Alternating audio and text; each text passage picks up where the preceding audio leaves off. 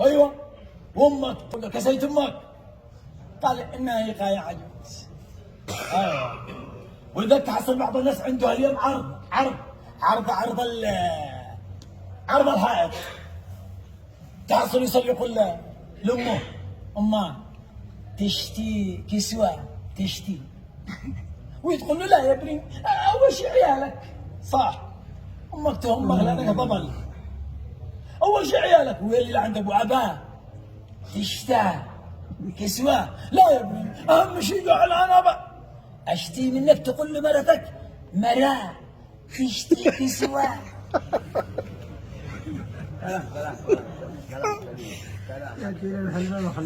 ليش ابي امي يعرض عليهم تشتو؟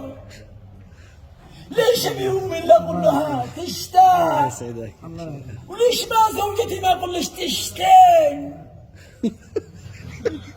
يقع لك يوم لا ترقد بالجبال. كذابين احنا، كذابين ورب الكعبه. انا عشت صدق مع الله ثم مع الوالدين. هذا ابي قليل من الدنيا وما عليه ورب الكعبه. والله لو تفقد ابوك اني لا تقلم عليك الدنيا. والله اليوم اصعب يوم بحياتك عندما يتصل لك يقول لك امك ماتت. وين تولى؟ كم كان كسوة امي هذه؟ كانت كسوة امك هروب صعلك مش فستان. هروب ب4000 ومكرمه ب1000. شرب يعني ما يطلعش حق امك 9000. وتقصت عليها زوجتك تسحب ب40 ب30 وبقات 12. وعادي بقى شيء راضيه. لما قال بيت فلان جرى مرت فلان كذا ومرت فلان جرى غلوان يدك لنا وذا تلعب لك علي. هذا حقك لعبه. كما عاد حقك لعبه. وابوك وامك لو تدى لها والله ما اكذب عليك، لو تدى لامك الروب ودك لها المقرمه ودك لها السروال ودك لها المزمور اني لا تدعي لك سنتين. الله مدى الحياة. تقول عاد امك تقول والله ما هذه فلتني عيد، وانت عاد اول عيد لك ظهر 10 ما عيدها، لكن تشتي تخابر قبل الناس انك انك حلال. امك تشتي تصلح قبل الناس انك حلال. لكننا ما رضيناش، لكننا ابينا. انا اعطيت محاضره في جامع عمر بن عبد العزيز. الله يصلح له. خرجت من المسجد، واحد اقول له يوم وقال اسمع انت تخلينا الان اسافر. بينما اللي قال والله يا استاذ علي اننا كسيت والبيت كله الا امي. الله لا حول ولا قوه. والله انه قال لي عادي، قال والله اننا كسيت البيت كله الا امي. للحين انا مغدر علي الدنيا. وصدق قال صحيح احنا قاسيين. صحيح ورب الكعبه ان احنا قاسيين. حتى لو اخوك ادي لها انت ادى مالك دغ. انت ادى نفسك الذي يدي لابوه وامه علشان عيالك يقضوا.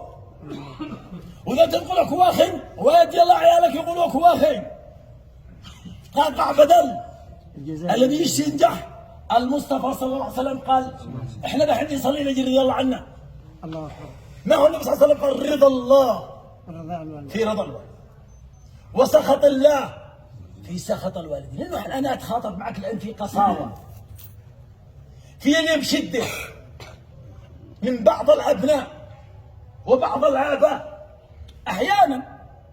حتى قلت لكم قصه، يعني المراه جايه عندي مغتربين بالسعوديه 3 خرجوا يقول على الواسط، قال خرجنا كل واحد بسيارته نزلوا المدينه، نزلوا عب يكتسوا. وبعدين قال اغرب شيء انه عندما رجعنا انا ركنت على اخي الكبير انه ما يكسي امه معرفه ارمله اتارمله على عيالها. هذا ما رش تتزوج عكره صغيره علشان تربي هذا الذي ما هم شوادم بالاخر يطلعوا. وبعدين قالوا بعدين وصلنا للبيت، طبعا الابن هذا يشكي ويبكي.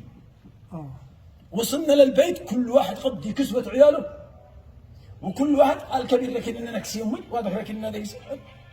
وبعدين احنا نخرج الكسوة بالصالة كل واحد يشكل على عياله. والام راعية. قلت لها كيف بغش؟ قال انا يا استاذ علي والله انني بالغرفة مراعي. قال مستمع منه ذا يقول وهذه حق امي. راعى الأم انتظر كل واحد شكل على المرأة على المسموع. والله ما أكذب عليكم شكلوا صلحوا. وبأغرب شيء نعمل ان امهم فتح الباب وخرج لعندهم من الصاله. قال عيالي واحنا سكتنا فحسينا تقلب. قال لا تقلب. قال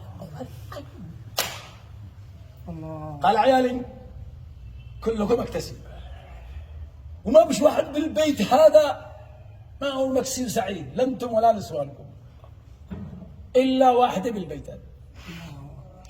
شوف الكلمه وقال لهم كنتم مكسوني يا عيالي واعتبروها صدقه عند الله. صدقه لا حول. صدقه ما يشوف. ورجع دخل الغرفه اعينا يما. قال والله ما البس كساء لما البس الكفن.